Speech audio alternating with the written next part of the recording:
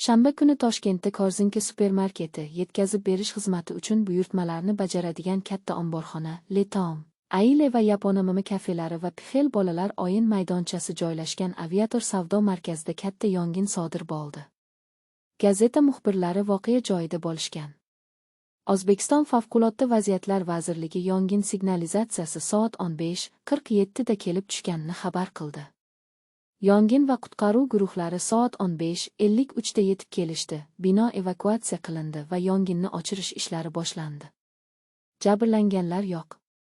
Xabar qilinishicha, operatsiyaga yangi Favqulodda vaziyatlar vaziri general-mayor Azizbek Ikromov rahbarlik qilgan.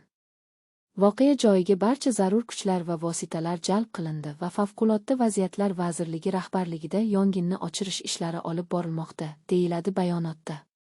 Muxbirimizning so'zlariga ko'ra, yong'in 2-qavatda boshlangan, 1-qavat zarar ko'rmagan.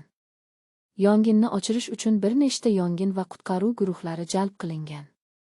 Voqea joyida bir nechta tez yordam mashinalari ham bo'lgan.